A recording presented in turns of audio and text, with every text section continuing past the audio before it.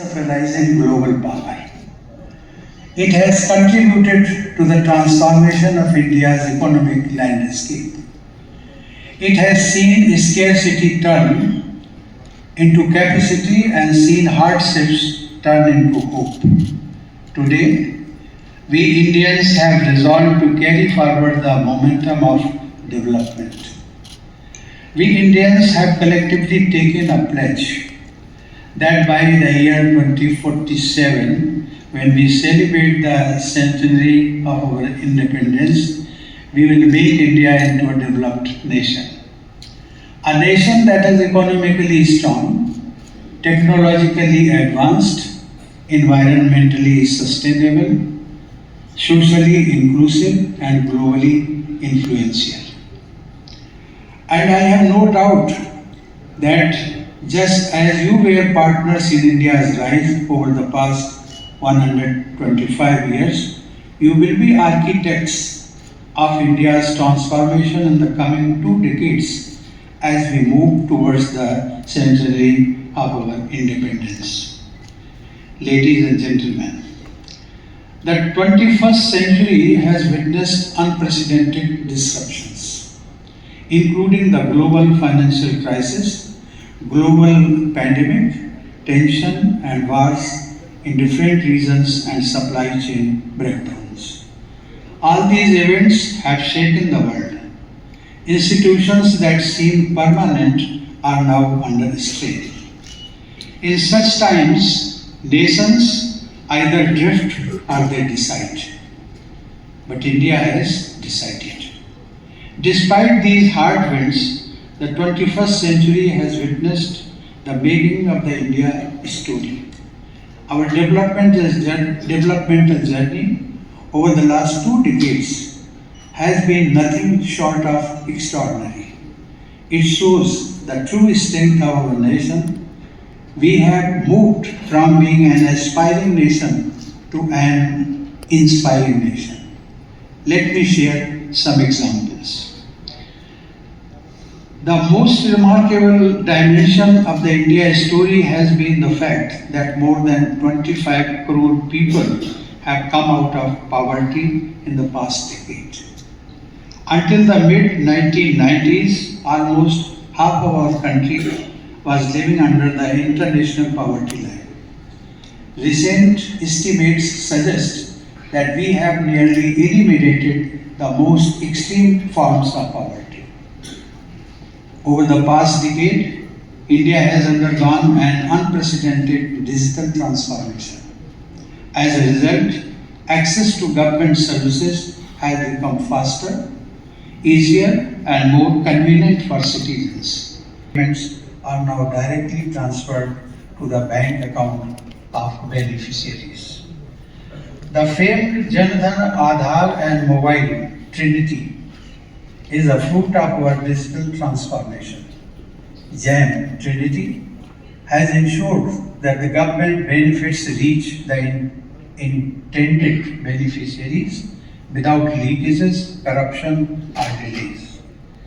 Gone are the days when citizens indeed needed a queue up in government offices for long hours to access even the basic services. Most of you aged 50 and above would clearly remember that not so long ago, we had to wait a long time, sometimes years, to receive telephone connections, gas connections, etc. We are the only major economy to double its GDP in the last 10 years. We have moved from being the 11th largest economy to the 4th largest economy. We have already left countries like Japan and the UK behind. Soon we will be the economy in the world. Just 10 years ago, more than 60% of our fellow citizens did not have access to toilets and were forced to defecate in the open. Then came Swachh Bharat Abhiyan, the world's largest and most successful people-led, people-driven public movement of the century. In no time, the sanitation coverage, which was less than 40%, has now reached 100%. Ladies and gentlemen, In the defense sector too, we are no longer just an importer, but have emerged as a manufacturer and exporter of defense equipments. Today we are exporting defense equipment to more than 80 countries across the globe. Indigenously built defense platforms like aircraft carrier, INS Vikrant, nuclear submarine, INS Arihant, fighter jet Tejas, attack helicopter Prachand, BrahMos cruise missile and Agni-5 intercontinental ballistic missile showcased our capabilities in developing cutting-edge military technology. Truly, we have come a long way. India's story proves that when a nation moves forward united, guided by the spirit of Sabka Saath, Sabka Vikas and Sabka Prayas, there is no goal beyond our reach and no transformation beyond our capability. Ladies and gentlemen, but history teaches us an important lesson.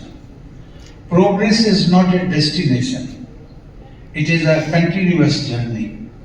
Every milestone achieved also becomes a starting point for the next climb. Therefore, this is not a time to rest on our laurels, it is a time to press forward.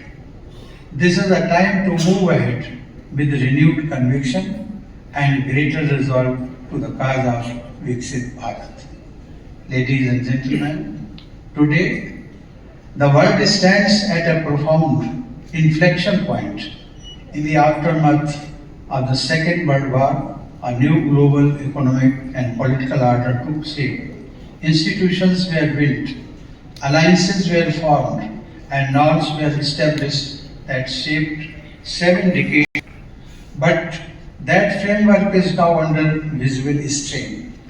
Geopolitical tensions are rising, supply chains are being reconfigured, technology is retrying power equations, and new centers of economic gravity are emerging. We are not living in ordinary times. We are living in a moment of transition, when a new global order is taking shape. In this shifting landscape, the coming 2 decades will be decisive for India. I am happy to note that the Government of India is moving with clarity and purpose to secure our nation's future. We are strengthening our economy, deepening reforms, expanding global partnerships, and building the foundations that will enable India's rise in the next 2 decades. Ladies and gentlemen, if India is to become a developed nation by 2047, our progress must rest on deep structural reforms. The consolidation of labor laws into simplified labor codes and GST reforms are important steps in that direction.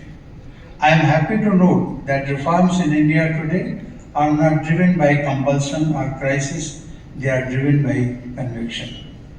These reforms strengthen the foundations of our economy, improve ease of doing business, and create a stable environment for investment and job creation. Building on the strong domestic foundation, India has already started to claim its place in changing global landscape. In recent years, India's trade agreements with the EU, the UK, the United States, Australia, the UAE, and many other partners are a step to ensure that India remains an active participant in the changing world order. Ladies and gentlemen, these agreements eliminate or sharply reduce tariffs. They are aimed to create unprecedented opportunities for both our manufacturing and services sectors.